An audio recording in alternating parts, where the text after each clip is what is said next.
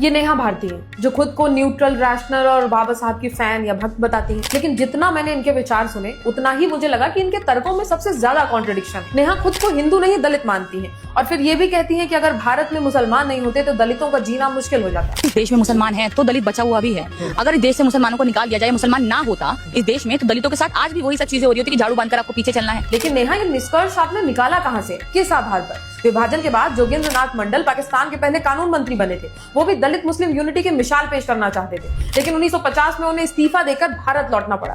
क्यों? क्योंकि पाकिस्तान में दलित हिंदुओं पर अत्याचार, जबरन धर्मांतरण, महिलाओं के साथ बलात्कार और हत्याएं हो रही थी और सरकार उन्हें बचाने में नाकाम रही। बांग्लादेश में दलितों के साथ बर्बरता हुई। दीपू चंद्र दास का केस तो याद ही होगा। तब दलित मुस्लिम यूनिटी कहां गई थी? ये सब छोड़िए, 13वीं-14वीं शताब्दी के दौरान जो दलित और पिछड़े वर्ग के लोग धर्म परिवर्तन करके पसमंदा और अर्जल मुसलमान बने थे, उनके साथ भी डिस्क्रिमिनेशन हुआ था, हिंदुओं से ज्यादा। और उनके लिए कई जगह अलग मस्जिदें बना दी गई थी, कब्रिस्तान तक में अलग जगह दी गई थी उन्हें। मतलब मुझे समझ नहीं आता कि किसी दूसरे धर्म को बेहतर साबित करने के लिए अपने ही देश की बहुसंख्यक आस्था को नीचा दिखाने की जरूरत क्यों पड़ रही है आपको। फिर आप आती है भगवान राम पर, कि भगवान राम ने सिर्फ एक महिला को बचाया, इसलिए उन्हें मर्यादा पुरुषोत्तम कहा जाता है, जबकि बाबा साहब ने संविधान बनाकर हर महिला को बचाया।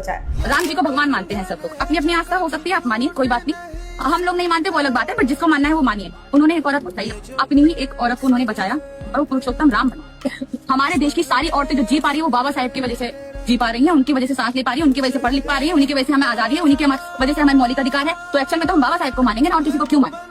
लेकिन ये भी तो आधा सच है। क्या भगवान राम का पूरा जीवन, उनका राजधर्म, शबरी के प्रति उनका व्यवहार, अहिल्या का प्रसंग, निषाद राज के साथ उनका संबंध, इन सब को आपकी एक लाइन में समेटा जा सकता है? और एक बार संविधान की ओरिजिनल कॉपी तो खोल कर देख लीजिए। फंडामेंटल राइट्स वाले भाग में ही श्री राम, सीता और लक्ष्मण की तस्वीर डिपिक्टेड है। और बाबा साहब के नाम पर अटेंशन लेने से पहले उनको पूरा पढ़िए, सिर्फ चुनिंदा बातें मत बताइए। उन्होंने पाकिस्तान और द पार्टीशन ऑफ इंडिया में इस्लाम की आलोचना भी की थी और लिखा था कि the brotherhood of Islam is only for Muslims. जिस दलित मुस्लिम यूनिटी की आप बात करते हो, वो तो बाबा साहब ने भी मानने से इनकार कर दिया था। I mean, why you need attention all the time Neha? फिर आप कहती है कि संविधान ने महिलाओं को पढ़ने का अधिकार दिया। ये हमारे देश के सारे ही लोगों को बात समझनी चाहिए कि देश में जो सारे अधिकार हमें मिले हैं वो हमारे संविधान ने हमें दिए हैं। बिल्कुल सच बात है, बिल्कुल दिया है। लेकिन संविधान से पहले भी सावित्रीबाई फूले, पंडिता रामाबाई, आनंदीबाई जोशी, कादम्बिनी गांगुली और कार्नेलिया सोराबजी जैसी शिक्षित और सफल महिलाएं भारत में थी। और फिर आप कहती हैं कि आपको कोई दिक्कत नहीं है, तो फिर आप भी कीजिए जो कर रही हैं, किसी को क्या ही दिक्कत होगी। पर हाँ, दिक्कत तब होती है जब आप बार बार भगवान राम की तुलना करके उन्हें छोटा दिखाने की कोशिश करती हैं।